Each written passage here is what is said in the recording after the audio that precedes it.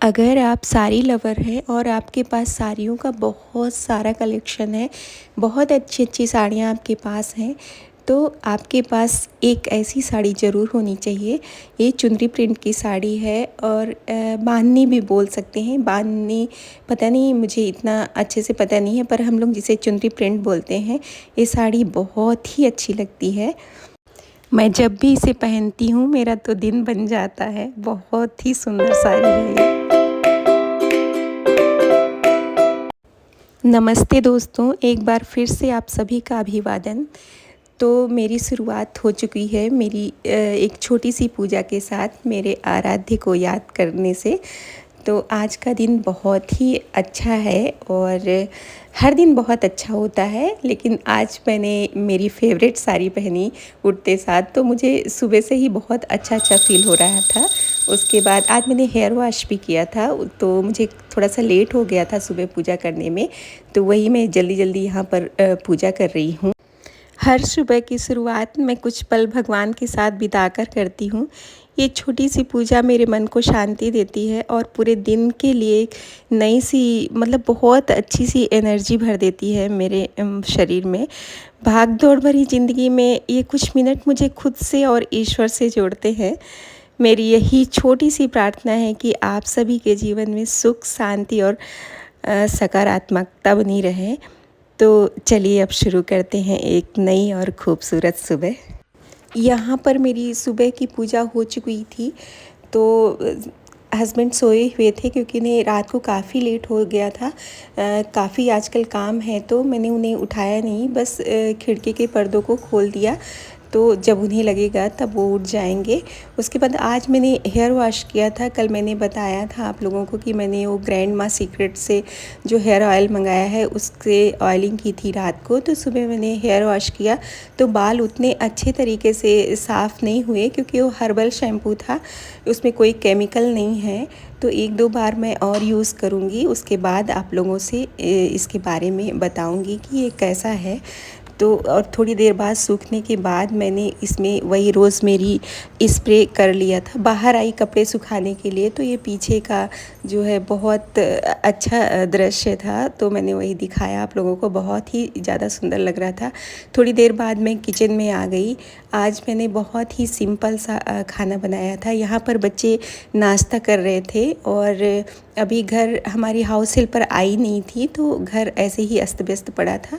और बड़े बेटे को आज जाना है, 2-3 दिन बाद जाना है, तो वही उसने अपने सारे कपड़े निकाल कर यहाँ रखे हुए थे, तो इन्हें मैं अलग अलग करूँगी। जो धुलने वाले होंगे उन्हें धुलवा दूँगी, बाकी को प्रेस करा के उसके सूटकेस में डाल दूँगी। और आज मुझे बहुत लो फील हो रहा था, तो मैंने ये मलमीना मंगाया था, तो उसे मैं अभी पीऊँगी। बाहर निकली तो देखा कि बच्चे बन मशका बनाने की कोशिश कर रहे हैं, तो वही मैं दिखा रही थी आप लोगों को। और यहाँ पर दीदी कहीं काम से बाहर चली गई थी, तो आज उनका व्रत था, तो उन्होंने कहा था कि भोग के लिए थोड़ा सा हलवा बना देना, तो और थोड़ा सा आटा बना के रख देना दिया बनाने के लिए। तो मैं उन्हीं के लिए हलवा बना रही हूँ।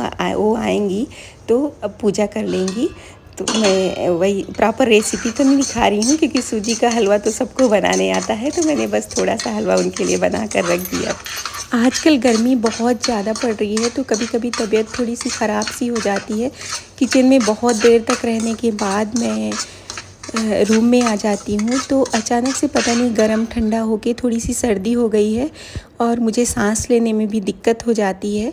तो वही मैं वॉइस ओवर करते समय काफ़ी दिक्कत हो जाती है, तो आप लोगों को अगर कुछ प्रॉब्लम होगा तो माफ़ कीजिएगा, क्योंकि मैं अच्छे से बहुत मुश्किल से वॉइस ओवर कर पाती हूँ। तो आजकल वही थोड़ा सा तबीयत ख़राब था, तो वही मैं बोलती हूँ कि तबीयत ख़राब हो जाती है तो मन अशांत हो जाता है, पता नहीं क्यों, और इतनी सारी ओवर थिंकिंग आने लगती है कि अजीब अजीब से ख्याल आने लगते हैं। जो चीज़ें नहीं होती हैं हमारे जीवन में, हमें वो भी लगने लगता है कि नहीं हमारे साथ ऐसा हो जाएगा, ये हमसे प्यार नहीं करते तो वो हमको ऐसा बोल देते हैं, तो ऐसा वैसा पता नहीं क्या क्या दिमाग में उल्टे सीधे ख्याल आते रहते हैं।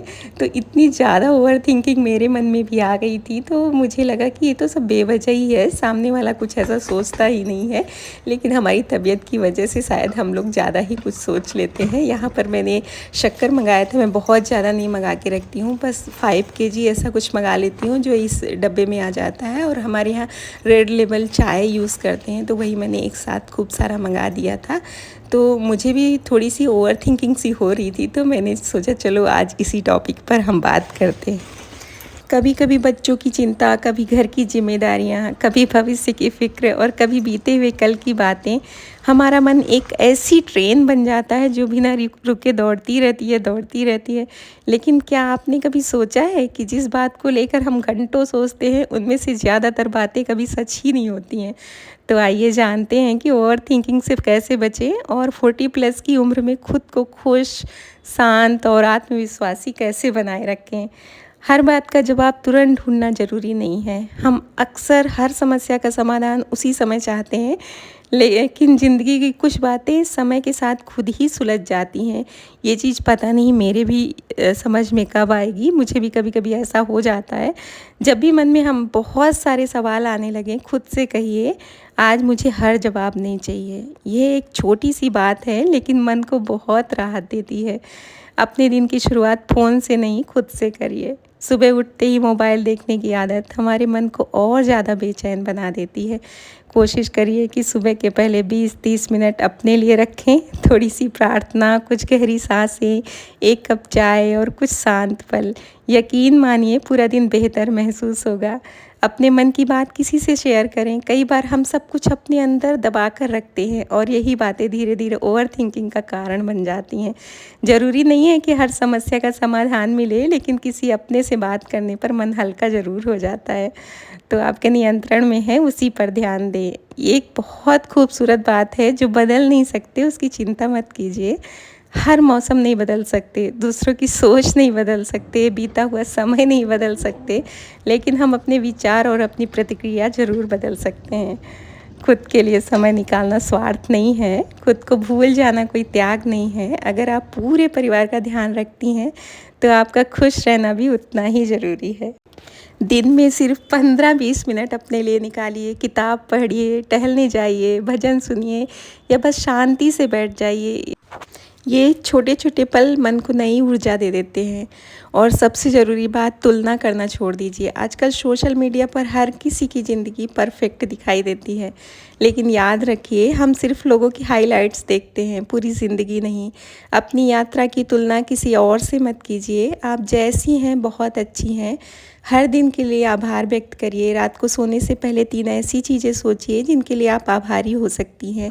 हो सकता है अच्छी सेहत, परिवार का साथ या फिर एक शांत दिन। जब हम जो हैं उस पर ध्यान देते हैं, तो जो नहीं है उसकी चिंता कम होने लगती है। दोस्तों, ओवर थिंकिंग कोई बीमारी नहीं है, लेकिन अगर इसे समय रहते संभाला नहीं जाए तो ये हमारी खुशी छीन लेती है। याद रखिए, ज़िंदगी का आनंद हर सवाल का जवाब मिलने में नहीं है, बल्कि हर दिन को मुस्कुराकर जीने में है। आज से एक छोटा सा वादा कीजिए, बीते कल की चिंता कम करेंगे, आने वाले कल का डर कम करेंगे और आज को थोड़ा और प्यार से जिएंगे। अगर आपको ये वीडियो पसंद आया हो तो चैनल को सब्सक्राइब करके ज़रूर जाइएगा। हम फिर मिलेंगे, तब तक के लिए नमस्कार। और वीडियो अच्छा लगा है तो लाइक भी ज़रूर करके जाइएगा। आपका एक लाइक मेरे लिए बहुत महत्वपूर्ण होता है।